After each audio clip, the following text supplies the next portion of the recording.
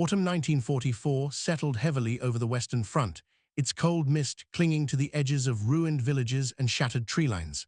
Along a narrow road east of the Meuse, a German Panther eased forward with the confidence born from months of battlefield experience. Its crew knew the terrain, trusted their thick glacis plate, and carried an unspoken certainty. At typical combat ranges, an American Sherman was little more than an inconvenience. The war had taught them that frontal shots from the 75 gun rarely mattered. They expected the hollow clang of a harmless strike, nothing more. Moments later, a Sherman emerged through the drifting smoke, its turret already traversing. The gunner, steady despite the uneven ground, fired a single round. The Germans braced instinctively for the familiar ricochet. Instead, the sound that followed was different, sharper, deeper, followed by a violent shudder that tore through the hull. The crew felt the impossible. A round had not bounced. It had pierced. The Panther's interior filled with sparks and choking dust. Confusion overtook training. Shermans were not supposed to do this, not at this distance, not from the front. The gunner barked questions the commander couldn't answer. For a moment, they were not a hardened crew of an elite machine. They were men confronted with an unexplainable truth. As the Panther lurched backward, attempting to reverse into cover, scattered reports crackled across German radios. Similar incidents were being described elsewhere, penetrations where none should have occurred, angles once considered invulnerable now breached. Rumors carried a single unnerving phrase, Die Amerikaner haben new munition. The Americans have new ammunition. Confidence, so long anchored in armor thickness and ballistic tables, began to erode. A weapon the Germans believed they understood had quietly transformed into something far more dangerous. For the first time, the Sherman was no longer dismissed, it was feared. But this moment, as shocking as it appeared, did not arise suddenly on a cold battlefield. It was the visible tip of a problem that had been growing for months, a problem born from imbalance, urgency, and loss. To understand why this shot defied every expectation, we must step back to a time when such a penetration was unthinkable. In the early years of the war, American armored doctrine rested on a simple, unchallenged assumption. The Sherman was a maneuver weapon, not a duelist.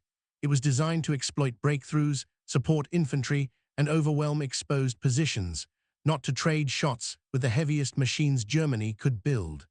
Its 75 gun was chosen for versatility, not for supremacy in tank versus tank combat.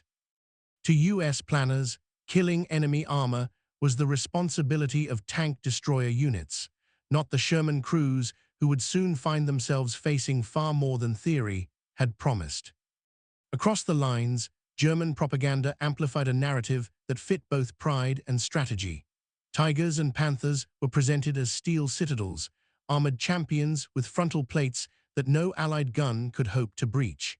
Grainy newsreels showed shells bouncing harmlessly from their glacis, reinforcing the belief that German engineering had produced invulnerability itself. Many Allied soldiers watched these images long before they faced the machines, and the myth settled into their expectations like an unavoidable truth. On the battlefield, that truth revealed itself with painful clarity. Standard APC ammunition, reliable against lighter vehicles, struggled at ranges where German tank guns excelled. Sherman crews learned the limits of their firepower not from manuals, but from ricochets that echoed across hedgerows and from the grim lessons written in after-action reports. At distance, their rounds lost energy quickly. At close range, reaching the enemy often meant meeting the 75 KWK-42 or the dreaded 88 long before they could fire with effect. To survive, U.S. tank crews adapted. They flanked whenever possible, maneuvering not by choice but by necessity.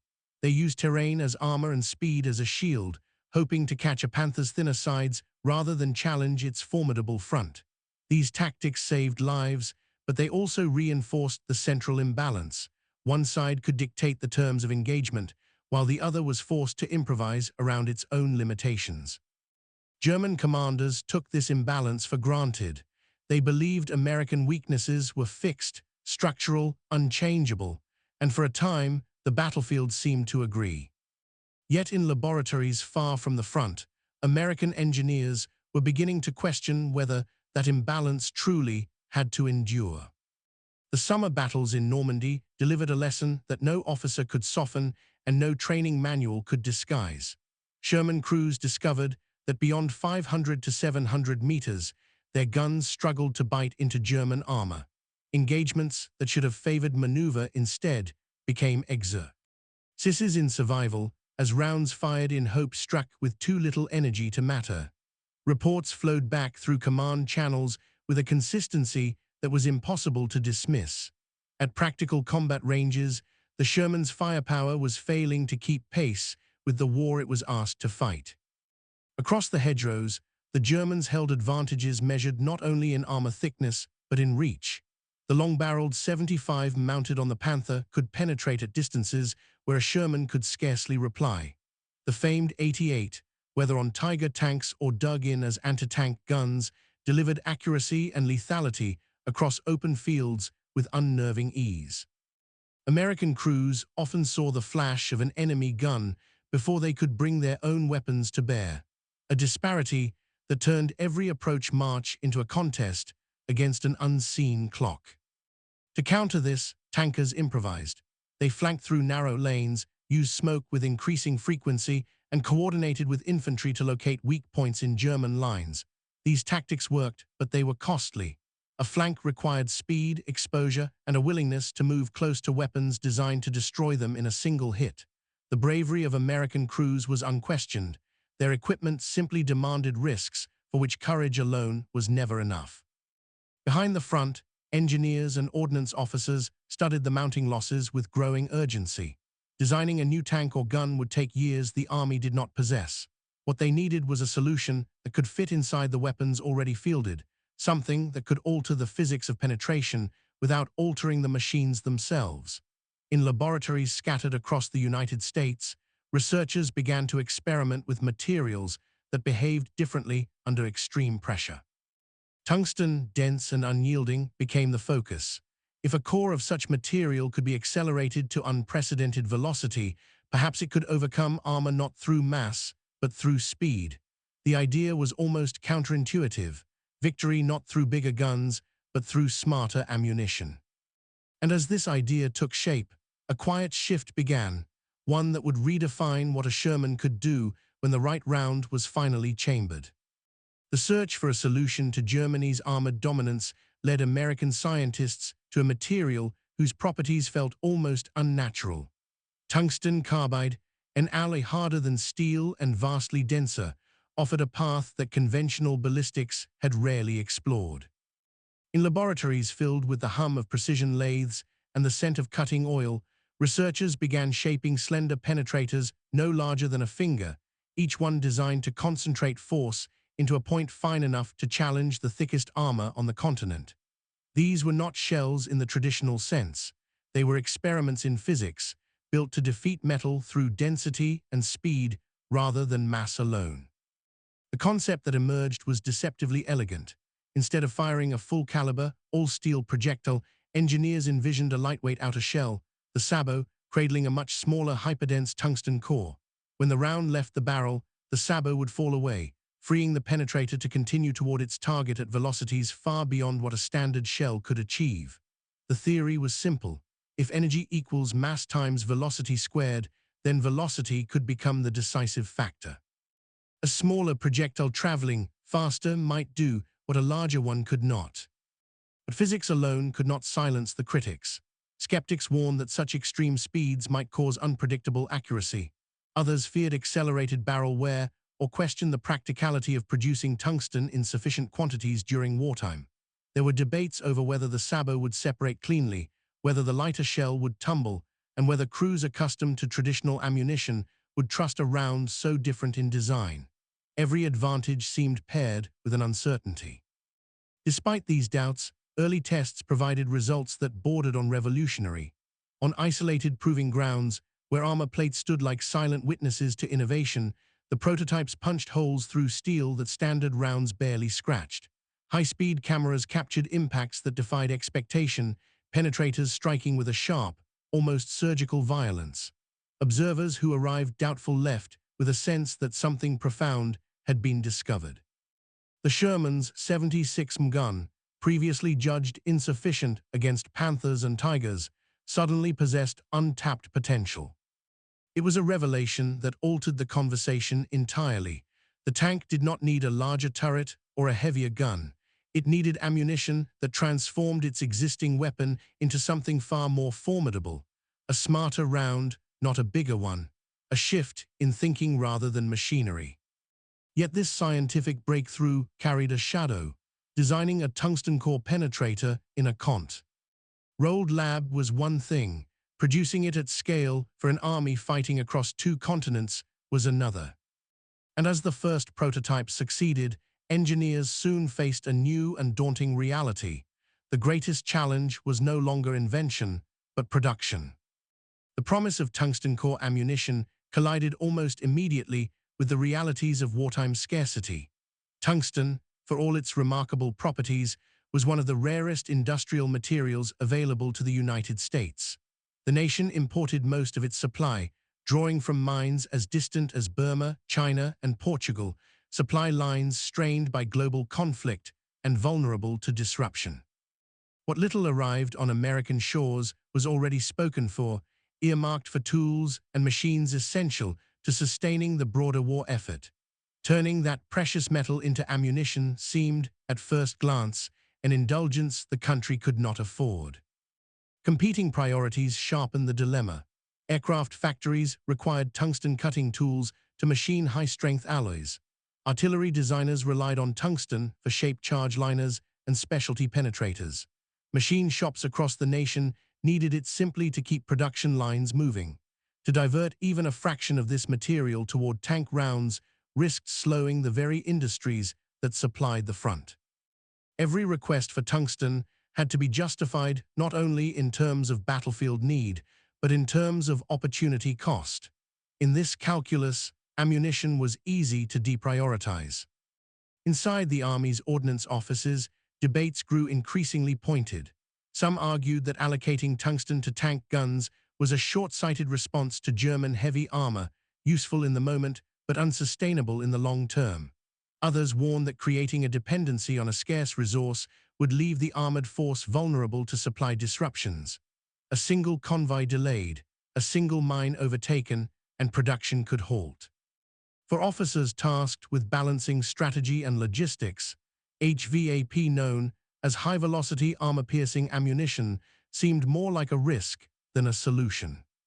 Yet this caution met fierce resistance from the battlefield. Commanders returning from Normandy brought blunt assessments. The current firepower was insufficient. Losses against panthers and tigers were mounting, and crews were running out of tactical workarounds. They needed something, anything, that could narrow the gap. Their messages carried a tone of urgency that formal reports softened but never fully concealed. For the men facing German armor daily, the question was not whether tungsten was rare. It was whether lives were worth the gamble. Under this pressure, the Army authorized small-scale production. Not enough to transform the arsenal, but enough to test the theory where it mattered most, in combat. Prototype batches were shipped discreetly to select tank destroyer units and Sherman crews equipped with the newer 76 gun. The rounds were few in number, easily lost among crates of conventional ammunition, yet their potential far outweighed their quantity. Those first shipments represented more than experimental ordnance.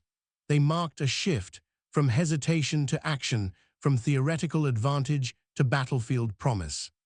And as these crates reached the front, American tank crews would soon discover what a single tungsten core could truly do. The first crews to load HVAP into their breeches sensed immediately that this round behaved differently. When the gunner squeezed the trigger, the recoil felt sharper, cleaner, as though the shell tore from the barrel with a kind of electric urgency. Tank destroyer crews described it as lightning, a shot that seemed to outrun sound itself. Even before they saw the results on enemy armor, they knew they were firing something fundamentally unlike the ammunition they had trained with for years. Those results emerged quickly on the battlefield. In the early engagements, when a Panther revealed its angular silhouette across open ground, American gunners fired with the usual skepticism born from countless ricochets. What followed was a transformation in battlefield expectation. The HVAP penetrator struck with staggering velocity, slicing through frontal armor that had deflected so many previous shots. German crews, accustomed to the comforting clang of shells bouncing harmlessly away, were stunned by sudden breaches that contradicted every technical manual they had studied. For a moment, both sides hesitated, each trying to understand what had just occurred. German commanders, receiving reports of unexpected penetrations, drew the most logical conclusion. The Americans must have fielded a new gun. It seemed impossible that the same 76mm weapon, long considered mediocre against heavy armor, could be responsible for the damage appearing on their prized Panthers. Ammunition was rarely perceived as an independent variable. Gun caliber and barrel length had traditionally defined battlefield lethality. Thus, HVAP remained hidden in plain sight, its true nature obscured by the assumptions of those who faced it. Yet even as American gunners celebrated these early successes, they quickly discovered the round's limitations. The tungsten penetrator, though devastating on entry, was small. It produced little internal spall compared to standard APC shells, meaning that a clean penetration did not always guarantee the immediate destruction of a target. Some German tanks were disabled rather than obliterated, forcing crews to fire again or reposition for a more decisive shot. HVAP was precise, but it was not magic. Nevertheless, something more subtle, and in many ways more important, began to change. Morale shifted. American crews who had long approached frontal duels with caution now carried a quiet confidence. They knew they possessed a tool capable of challenging German armor on terms previously denied to them. On the other side, German crews began to doubt the protection they had once trusted. Each penetration, though rare, chipped away at the belief that their glacis plates granted near invulnerability. But these encounters were isolated, dependent on chance deliveries and tiny stockpiles. A few rounds here, a handful there, never enough to reshape the front as a whole. The weapon existed, but its scarcity would soon define the struggle ahead, and not every crew would be fortunate enough to hold lightning in their hands. Once HVAP proved itself in isolated duels, the challenge shifted from invention to distribution. American ordnance officers, already stretched by the demands of a continent-wide campaign, now faced the task of moving a weapon that existed in quantities far too small for the appetite of the front. Crates marked with discreet stenciling left depots in England and the American coast, their contents unknown to most who handled them. They traveled by truck, rail, and sometimes by hand, every round guarded carefully because each one represented a rare chance to close the gap against German armor. The war had created 1,000 logistical priorities, but few carried weight like these slender tungsten penetrators. The first units to receive meaningful stocks were not Sherman formations, but the specialized tank destroyer battalions fielding 76mm 90mm guns. Their doctrine emphasized long-range engagements, the very context where HVAP could shift outcomes in ways standard ammunition could not. Commanders reasoned that these units, designed to counter enemy armor directly, were best positioned to exploit the new round's extraordinary velocity. A single tank destroyer battalion might receive a few dozen HVAP rounds, spread carefully across companies and crews. It was not enough, but it was a start. For Sherman crews along the front, the distribution pattern felt painfully unfair. They heard rumors of the new ammunition, stories carried between regiments about rounds that sliced through Panthers as though the armor were thinner than expected. Yet many crews saw nothing more than empty promises. Trucks arrived with the usual supplies: rations, spare parts, medical kits, and standard APC shells. The coveted HVAP rarely appeared among them. Letters home describe a quiet frustration, the knowledge that a solution existed yet remained just out of reach. Meanwhile, the tank destroyers that did receive HVAP began performing beyond all expectations. The M18 Hellcat, already revered for its speed, gained a new identity on the battlefield. Its 76mm gun, firing HVAP, could now threaten Panthers at distances previously reserved for German advantage. Reports circulated of engagements where Hellcats fired from over 1,000 meters, scoring penetrations that stunned both crews and commanders. What began as whispers soon became documented cases, hard proof that a doctrinally light vehicle could suddenly deliver heavyweight results. These successes had an immediate impact on production decisions back home. Each verified penetration strengthened the argument that HVAP was worth every gram of tungsten it required. Factories were urged to increase output, engineers were tasked with refining sabots, and procurement officers searched for new tungsten sources worldwide. But enthusiasm alone could not overcome the material limits of the era. Tungsten remained a bottleneck whose severity no amount of urgency could dissolve.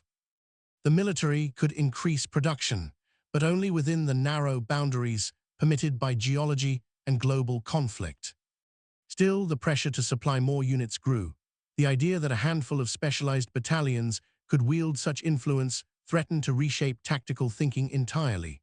American armor doctrine emphasized combined arms and flexibility. HVAP's scarcity risked concentrating power in too few hands. Ordnance officers understood this. They knew that unless distribution broadened, battlefield outcomes would depend more on luck than on strategy. But broadening distribution required a resource that the United States could not simply manufacture. As winter crept across Europe and the front lines hardened, the round that promised to rebalance armored warfare remained elusive in most crews' ammunition racks. A few battalions carried it, many hoped for it, most never saw it. The disparity created tension not just between units, but between what American industry could produce and what American tankers desperately needed. And as HVAP trickled into the field, reshaping engagements one rare shot at a time, German forces began to notice patterns they could not yet explain. Their armor was being challenged in ways that defied earlier assumptions, and soon their response would reveal just how seriously they took the threat. As HVAP reached the battlefield in scattered, unpredictable bursts, German intelligence began encountering reports that made little sense. Field units complained that American armor-piercing rounds were achieving penetrations at ranges previously considered impossible. Analysts compared notes, recalculated armor profiles, and re-examined captured Sherman guns. Nothing added up. There was no new barrel length, no redesigned turret, no visible modification that could explain the sudden and inconsistent spikes in American lethality. One intelligence summary phrased the puzzle with quiet frustration. American AP penetration increased unpredictably. In a war defined by technical certainty, such unpredictability was deeply unsettling. Panther crews, long accustomed to choosing the terms of engagement, responded by altering their behavior. They began angling their hulls with greater care, turning their thick glasses into a shifting barrier meant to absorb or deflect whatever the Americans were firing. Some commanders refused long-range duels entirely, wary of being caught by the mysterious rounds that had begun punching holes through their comrades' armor. Positions that once offered broad fields of fire now felt dangerously exposed. Crews who once welcomed frontal engagements with Shermans now sought cover, using ridgelines and ruins not simply for advantage, but for protection. Even the Tiger units, proud symbols of German armored strength, could no longer dismiss the threat. Their commanders, who once viewed American armor as manageable opponents, began instructing crews to treat Shermans with greater caution, especially at medium range. The Tiger's armor was still formidable, but confidence is a delicate resource in war. Rumors of unexpected penetrations, even rare ones, carried weight far beyond their statistical impact.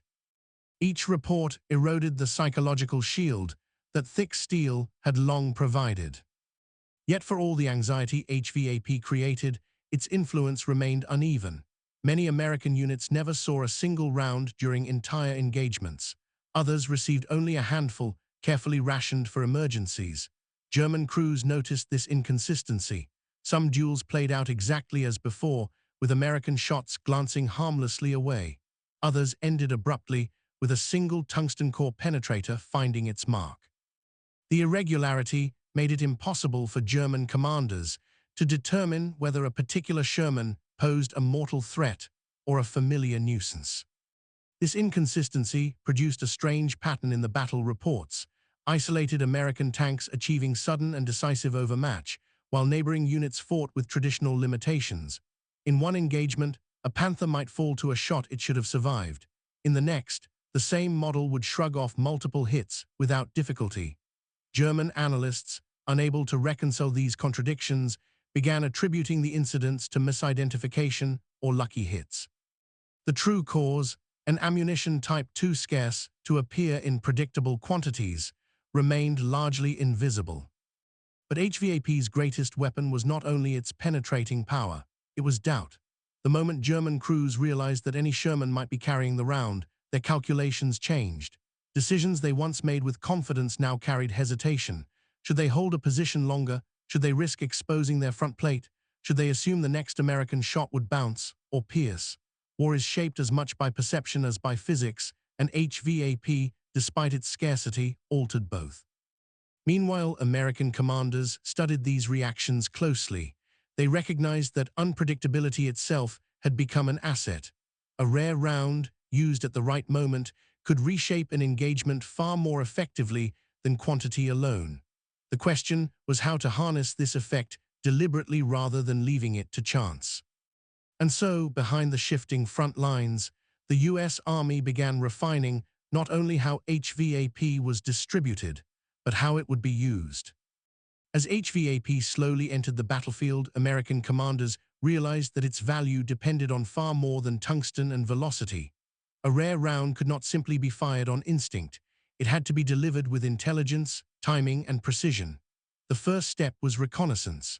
Patrols, aerial observers, and forward scouts refined their methods, learning to identify German armor not only by silhouette, but by terrain preference and tactical pattern. Accurate spotting meant HVAP could be reserved for the targets that truly demanded it: Panthers lying in wait, Tigers anchoring defenses, or self-propelled guns shielding infantry advances. Every confirmed enemy tank became a potential opportunity, but only if the information reached the crews in time. Gunners, too, adapted. They studied not only ballistic tables but battlefield rhythm. When German tanks tended to move, when they paused, when they exposed their fronts. Training emphasized the fleeting nature of a shot window, a second when a Panther crested a ridge, or a fraction of a moment when a Tiger pivoted to engage another threat. HVAP had extraordinary velocity, but it still required a steady hand and a disciplined mind. Crews began rehearsing specific scenarios, memorizing angles and distances, preparing themselves to recognize the instant when a tungsten core could turn the tide. This growing discipline flourished when supported by combined arms. Artillery units, coordinating more efficiently than ever before, learned to pin German tanks in place. A barrage might force a Panther to halt behind partial cover, its crew momentarily blinded by dust and concussion. In those moments, an American gunner could align the sights and send an HVAP round into a target that otherwise would have been impossible to catch. Infantry, too, played their part, directing tanks toward hidden firing positions or marking the approach of enemy armor with colored smoke. HVAP achieved its greatest effect not through raw performance, but through integration. Meanwhile, tank destroyer doctrine began to evolve. Originally designed around ambush and long-range fire, these units discovered that HVAP unlocked a more aggressive style of combat. Fast vehicles like the M18 Hellcat now had both speed and killing power, an uncommon combination on the Western Front. Crews executed swift thrusts into threatened sectors, firing precisely and withdrawing before German guns could respond. HVAP allowed them to behave less like hunters waiting for prey and more like predators exploiting sudden advantage. As these tactics spread, HVAP became understood not as a general-purpose solution but as a scalpel. It was reserved for the hardest targets, fired at the moments when the battlefield paused between chaos and opportunity. A single well-placed round could halt a German armored push or break open a fortified position. This selective use magnified its psychological impact. German crews, already unsettled by inconsistent penetrations, now faced opponents who appeared to strike with uncanny timing. Head-on engagements, once approached with assurance, grew increasingly perilous. Yet the most important change was not fear but recognition that American armor was adapting. The Allies were no longer fighting German tanks on German terms. They were building a system around their new ammunition, one that combined intelligence, coordination, and speed into a cohesive whole.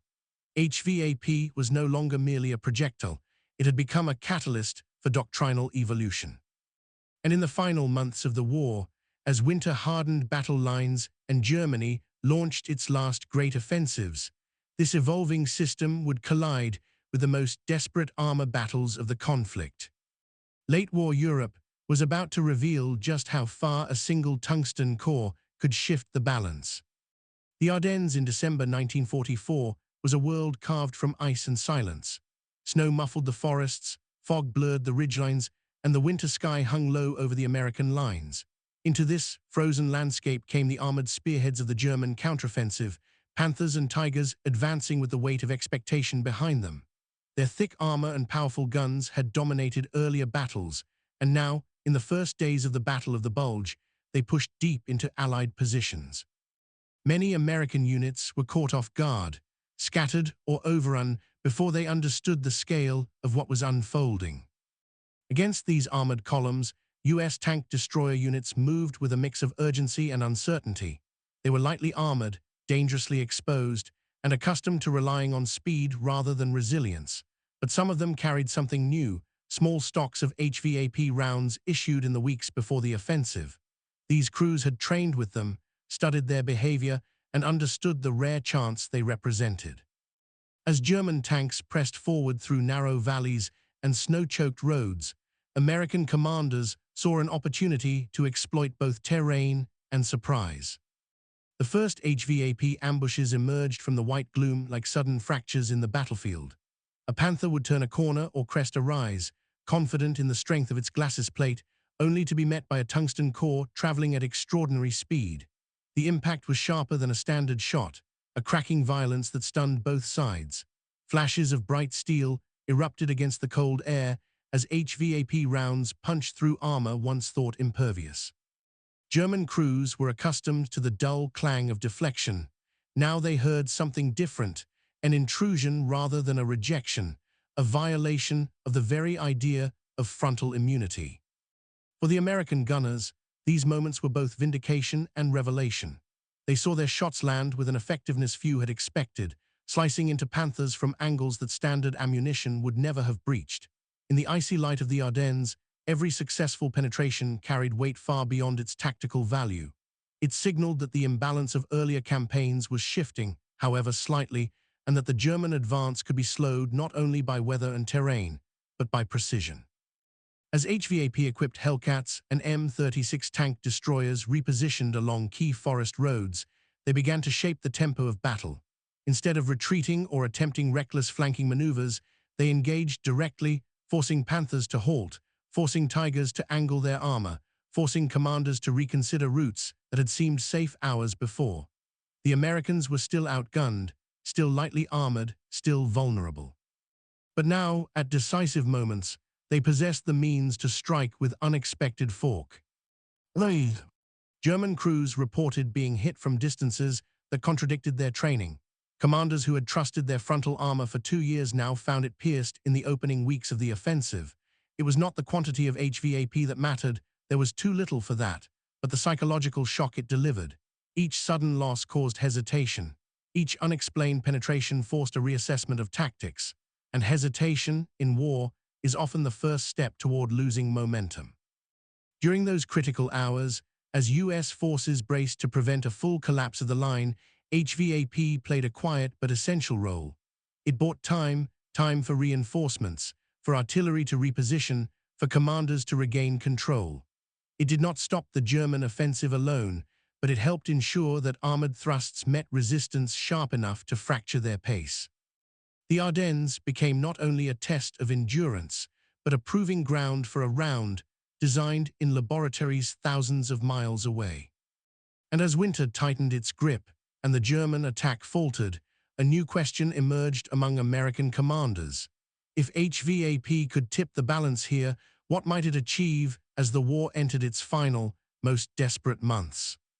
The late-war battles ahead would answer that question with even greater clarity, revealing just how far velocity and innovation could reach. By early 1945, the U.S. Army had begun fielding a weapon that would redefine the limits of American firepower. The 19 gun, mounted on the M36 tank destroyer and deployed widely in anti-aircraft battalions repurposed for ground combat.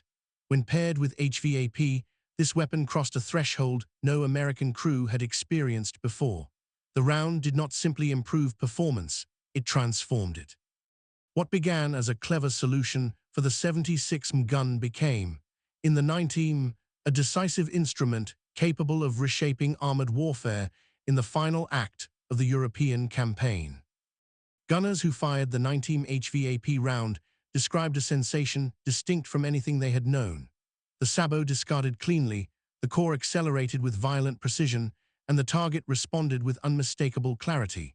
Armor that had once absorbed or deflected hit after hit now failed under the tungsten penetrator's impact. For the first time, American crews felt that their guns rivaled the potency of the feared German 88, the benchmark by which all battlefield guns were judged. In test ranges and in battlefield engagements, the results were nearly identical: clean entry, catastrophic internal effect, rapid kill. The practical implications were immediate. German tanks that had long operated with a comfortable margin of superiority no longer possessed that security. Frontal immunity, once their greatest psychological and tactical asset, began to crumble. Panthers, often angled in confidence, now fell to long-range strikes that ignored their carefully engineered plates. Even the Jagdpanther, the formidable tank destroyer built around the long 88, found itself vulnerable when facing an M36 firing HVAP. And most shocking of all, the Tiger II, a machine whose armor had been designed to withstand nearly every Allied weapon, could no longer count on invincibility at typical combat distances. For German crews, the revelation was bitter and disorienting. Years of doctrine had taught them that American guns lacked the penetration needed to challenge their thick frontal armor. Now, as tungsten cores drove through plates once considered impregnable, they confronted a new reality.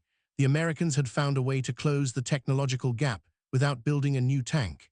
Each destroyed Tiger II, each disabled Jagdpanther, carried symbolic weight. These losses were not only mechanical but psychological proof that the armored hierarchy of the war was shifting in the Americans' favor. For American crews, the evolution was liberating. The 19 gun, firing HVAP, gave them something they had rarely possessed: the ability to meet German armor head-on. This did not erase the thin armor of the M36 or eliminate the risks inherent in the tank destroyer role. What it did provide was an equalizer, a way to leverage accuracy and fire discipline into battlefield advantage. The United States had always emphasized mobility, logistics, and combined arms. Now it could add penetrating power to that list, finally matching German armor with a weapon worthy of the confrontation. On the strategic level, the consequences rippled outward. German commanders could no longer concentrate heavy armor without risk. Units that once maneuvered aggressively now advanced with hesitation. The presumption of superiority, so central to German armored doctrine, fractured under the steady pressure of American tungsten. Losses mounted, but more importantly, confidence eroded. Crews hesitated where they once acted boldly. Their maneuvers lost the fluidity that had defined earlier campaigns. Yet even as HVAP reached its peak effectiveness, its late arrival raised questions. How much earlier could this shift have occurred had tungsten been more abundant?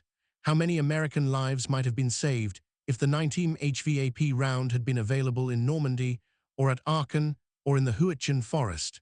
These thoughts lingered among veterans long after the fighting stopped, reflecting the uneasy truth that innovation often arrives too late to shape the war that demanded it. And as the conflict moved toward its final weeks, with Germany weakening and the Allies pressing toward the Rhine, one final chapter remained. For even with HVAP at its zenith, its true legacy would be measured not only in the tanks it destroyed, but in the long shadows it cast over future warfare. For all its technical brilliance, HVAP never became the primary killer of German armor. In raw numbers, standard APC and AP shells destroyed far more tanks. HVAP was too rare, too precious, too dependent on tungsten to ever exist in the quantities needed for sweeping statistical impact. And yet, on the battlefield, its influence far exceeded its presence. It did not reshape the war through volume, it reshaped it through moments, brief, decisive instants when the improbable suddenly became possible. A single HVAP shot could turn a losing duel into a victory, a stalled defense into an ambush, a retreat into a renewed stand. Its power was measured not by totals, but by transformations. American crews felt this shift first. For months they had fought knowing their standard weapons were often inadequate against German front armor. That knowledge lingered in every engagement, a silent weight that shaped tactics and expectations. When HVAP appeared, even in small numbers, it offered more than penetration, it offered permission to hope. Gunners now entered battle knowing that if they identified the right moment, if they held their nerve, if they chose their shot window with precision, they possessed a tool capable of piercing the armor that had once defined German superiority. Confidence is rarely loud on a battlefield. Here, it emerged quietly, in steadier voices over intercoms, and in commanders willing to hold ground a moment longer. On the German side, the effect was almost a mirror image. Crews who had relied on the strength of their armor now carried doubts into every engagement. They had once expected American rounds to fail unless they struck from the flank. Now, without warning, front plates were being breached. Reports circulated long before explanations did, spreading unease across armored battalions. A Panther crew might attribute a sudden penetration to luck. A Tiger commander might insist it was an anomaly. But as the incidents accumulated, uncertainty hardened into caution. Tanks advanced more slowly, positions were abandoned earlier, and maneuvers grew defensive and reactive. This erosion of confidence had strategic consequences. The myth of invulnerability, carefully cultivated in German doctrine and reinforced by years of battlefield experience, began to collapse. When a weapon violates expectations, it forces every decision afterward to carry a shadow of doubt. HVAP achieved this not by dominating the battlefield, but by threatening the psychological foundation on which German armor had long depended. The thick steel that once symbolized superiority now offered reassurance only up to the moment it failed. Meanwhile, American commanders recognized the broader implications. HVAP, even in limited supply, changed the way they fought. It encouraged bolder defensive stands, more deliberate ambush tactics, and greater confidence in holding key terrain. Tank destroyer units, long constrained by weapons that struggled at range, embraced a new rhythm, fighting not only with maneuver, but with precision fire made meaningful by tungsten. In this sense, HVAP did not win battles on its own. It enabled American forces to win them with methods that had previously been beyond reach. The result was a narrowing of the technological gap that had defined much of the armored fighting on the Western Front. For years, German tanks dominated through engineering. Advantages: guns with greater velocity, armor with greater thickness, optics with greater clarity. HVAP did not erase these advantages, but it weakened the most decisive among them. For the first time, an American round could challenge German armor on terms that were not purely improvisational. In a war where timing and momentum often mattered as much as raw force, this narrowing altered the final months in ways far more profound than its production numbers suggested. And so, as the Western Allies pushed deeper into Germany and the war neared its end, the significance of HVAP extended beyond any single battlefield.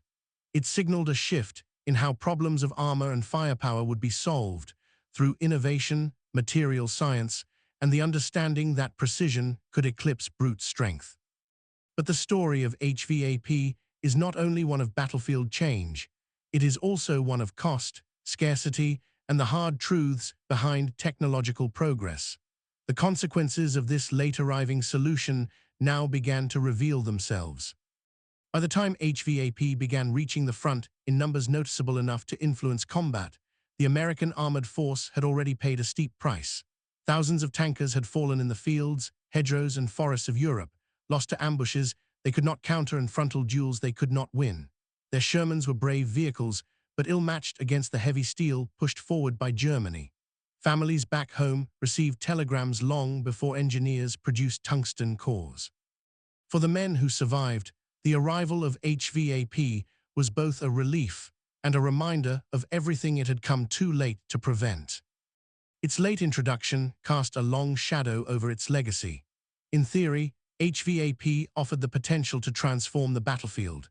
In practice, it arrived only in the final stages of the war, when German industry was weakening and German fuel reserves dwindling. The round could not retroactively change the brutal lessons of Normandy or the repeated setbacks of the Huaqian Forest. It could not rewrite the tactical compromises made when American crews were forced to flank rather than confront, or the casualties suffered in the process. The tungsten penetrator emerged as a solution just as the questions demanding it were beginning to fade. Tungsten scarcity remained the bottleneck no amount of urgency could open. No matter how effective the round proved, the mineral reality remained unchanged. Global supply was limited. Access to mines was unreliable. Production could expand only so far before hitting geological limits. This scarcity became a wartime dilemma that planners could not solve with money, manpower, or industrial capacity. Every HVAP round fired on the front represented a calculation. What could have been built with that tungsten instead, and what other front might suffer for its absence? These constraints ensured that HVAP would remain an exceptional tool, not an ordinary one. For many American armored units, that meant living with the knowledge that they would never receive the round before the war ended. Some battalions heard about HVAP only through rumors carried by units fortunate enough to test it. Others saw a few rounds arrive in the final weeks, too late for major offensives, too late to shift their own stories. Veterans recalled the frustration of knowing a solution existed but lay beyond the reach of their ammunition racks. War often demands acceptance of limits. HVAP was a reminder that even the best ideas are bound by time. Yet for those who did fire it, HVAP became something larger than a tungsten core penetrator. It became a symbol of possibility, a sign that American industry and scientific ingenuity could adapt to meet a challenge that seemed insurmountable. Crews who faced panthers and tigers with HVAP in their ready racks spoke of a quiet confidence, a belief that they finally possessed a fair chance. The round did not erase fear, nor did it eliminate loss, but it changed the emotional landscape of armored combat. Veterans later described it not in technical terms, but in human ones, as hope condensed into metal and velocity. The story of HVAP reflects a broader truth about wartime innovation. Breakthroughs rarely emerge from abundance. They arise from necessity. The pressures of attrition, the urgency of survival, and the reality of facing a superior enemy often force new ideas into existence. HVAP was born not because America sought to experiment with advanced ballistics, but because it had to solve a problem that was costing lives at an unsustainable rate. Innovation, in this sense, is always a negotiation between what is ideal and what is possible. And as the war edged toward its conclusion, the lessons drawn from HVAP began to extend far beyond the tanks it pierced or the duels it decided. Its legacy would soon stretch into the next generation of armored warfare, shaping doctrines that outlived the war itself. When the guns finally fell silent in 1945, the lesson of HVAP did not fade with the smoke. Instead, they lingered in the minds of engineers, tacticians, and theorists who understood that something profound had occurred. A single wartime experiment, tungsten encased in a lightweight sabot, had quietly rewritten the principles of armor penetration. It revealed that in the age of modern warfare, speed could rival mass, and precision could eclipse brute force. HVAP had not only changed duels on the Western Front, it had opened the door to an entirely new category of ammunition. In the years that followed, this realization became the foundation for a wave of post-war innovation. British designers pursued the concept further with APDS, armor-piercing discarding sabot, refining the sabot separation, and lengthening the penetrator. Other nations experimented with even more radical designs, eventually leading to APFSDS, fin-stabilized, subcaliber penetrators traveling at velocities unimaginable during the war. These long, slender darts were the spiritual descendants of HVAP, born from the same principle that a dense projectile, driven fast enough, could pierce armor far thicker than itself. What began as a hurried wartime solution became an enduring blueprint. This shift altered the priorities for tank design as well. Before HVAP, the race for armor penetration centered on heavier barrels, larger shells, and more massive recoil systems. After HVAP, velocity became the new pursuit. Engineers sought longer guns, more efficient propellants, and penetrators optimized for speed rather than size. Post-war tanks, from the British Centurion to the American M60 and the German Leopard series, were shaped by this evolution. Their guns were not simply bigger, they were faster, built to send subcaliber rounds across kilometers with surgical precision. But armor and firepower were only part of the transformation. Tungsten's scarcity during the war had revealed the vulnerability of depending on a rare resource. Post-war planners remembered this limitation. Supply chain management, once a logistical concern, became a strategic one.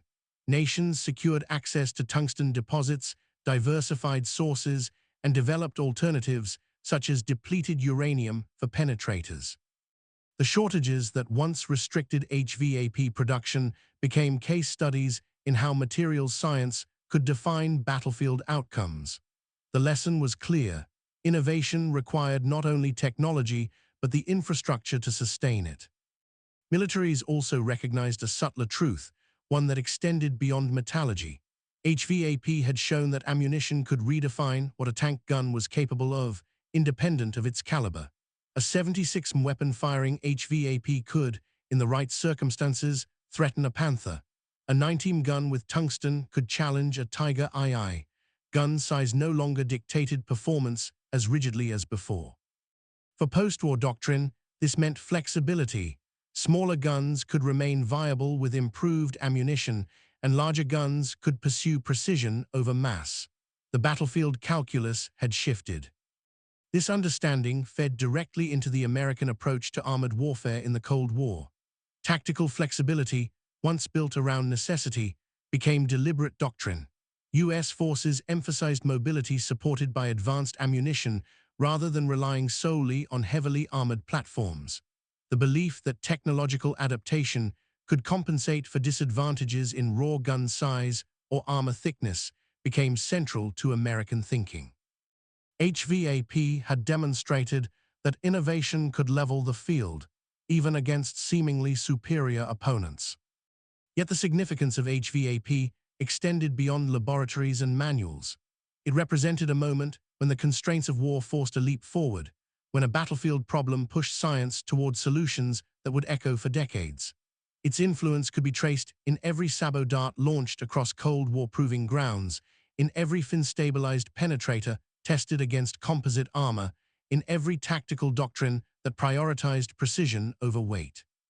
And as armies studied the past to prepare for wars yet unwritten, one final understanding continued to rise from the HVAP story, an understanding that would guide the closing reflection of this documentary. For the legacy of this small tungsten core was not only technical, it carried a moral weight as well, pointing toward the deeper meaning hidden within innovation and conflict. HVAP never arrived early enough to spare the thousands of American tankers who faced German armor with weapons that struggled to match its strength. Nor did it arrive in quantities large enough to transform the battlefield overnight. It was a latecomer, an innovation born under pressure, restricted by scarcity, and delivered in fragments across a continent at war. Yet for all its limitations, its presence altered something fundamental. HVAP reminded the world that in moments of crisis, even a small advance can shift the balance of human confidence and military power. When it finally appeared in the ammunition racks of tank destroyers and Shermans, it carried more than tungsten and velocity. It carried a new psychology. American crews, long forced to compensate with maneuver and sacrifice, now possessed a round that allowed them to meet danger with a steadier hand. They no longer approached Panthers and Tigers as immovable walls, but as obstacles that could be overcome with discipline, timing, and courage. HVAP did not erase the risks of armored combat, but it gave those risks a different weight. The sense of inevitability, once the German advantage, began to fracture. For German crews, the shift was equally profound. The armor they trusted, the steel that had defined their battlefield superiority, no longer guaranteed protection. Each unexpected penetration carried more than tactical consequence. It carried doubt. The belief in invulnerability, forged over years of combat, eroded with every tungsten core impact. And when certainty disappears, confidence rarely survives for long. HVAP taught them what every armored crew eventually learns. No plate is absolute, no machine untouchable, no advantage permanent. In this way, HVAP demonstrated a timeless truth of warfare, that innovation can outpace brute strength. The Americans did not build a heavier tank to counter the German giants. They built a smarter round. It was an act of adaptation rather than escalation, a recognition that the path to survival sometimes runs not through more armor or bigger guns, but through precision, speed, and an understanding of physics. This idea, simple yet transformative, would shape not only the closing months of World War II, but the generations of armored doctrine that followed. For the tankers who survived the conflict, HVAP became more than a technical achievement. It became a symbol of resolve, the moment when their equipment began to rise to the level of their courage. Many veterans later recalled the first time an HVAP round struck true, the first time they saw a German tank falter under a hit that would once have bounced harmlessly away.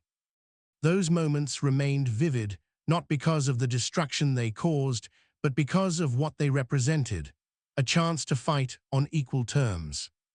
And yet the larger lesson transcended any single duel. HVAP proved that wars are shaped less by the size of machines than by the ideas that guide them. A problem that seemed insurmountable at the beginning of the campaign was ultimately solved not with weight or scale, but with ingenuity. Precision became the decisive force. Innovation became the quiet engine of victory.